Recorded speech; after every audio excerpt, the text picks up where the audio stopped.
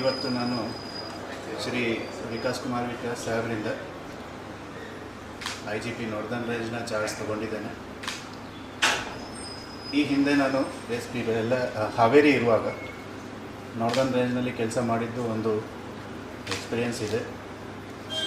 ಆ ಅನುಭವ ಇಟ್ಕೊಂಡು ಮತ್ತು ನನ್ನ ಮುಂಚೆ ಎಷ್ಟು ಹಿರಿಯ ಅಧಿಕಾರಿಗಳು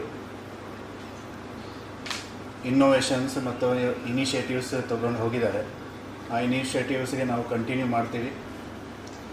ಪ್ರಥಮವಾಗಿ ನಮ್ಮ ಲಾ ಆ್ಯಂಡ್ ಆರ್ಡರ್ ಮತ್ತು ಕ್ರೈಮ್ ಪ್ರಿವೆನ್ಷನ್ ಬಗ್ಗೆ ನಮ್ಮ ಆದ್ಯತೆ ಯಾವತ್ತೂ ಇರ್ತದೆ.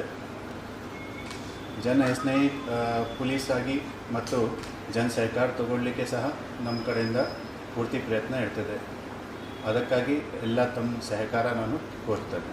ವಿಜಯಪುರ ಆಮೇಲೆ ಬಾಗಲಕೋಟೆ ಅಂತ ಜಿಲ್ಲೆ ಬಾಗಲಕೋಟೆ ವಿಜಯಪುರ ಅಂತ ಇದೆ, ಕ್ರೈಮ್ಗಳು ಹೆಚ್ಚಿಗೆ ಇರುತ್ತೆ ಸರ್.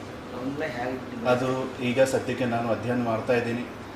ಏನು ಕಾರಣ ಇದೆ ಅದನ್ನು ಅಧ್ಯಯನ ಮಾಡಿಕೊಂಡು ಯಾವ ಥರ ಅದನ್ನು ತಡಿಬೇಕು ಅಥವಾ ರೆಕ್ಟಿಫೈ ಮಾಡಬೇಕು ಅಂತ ಯೋಚನೆ ಮಾಡ್ಬೋದು.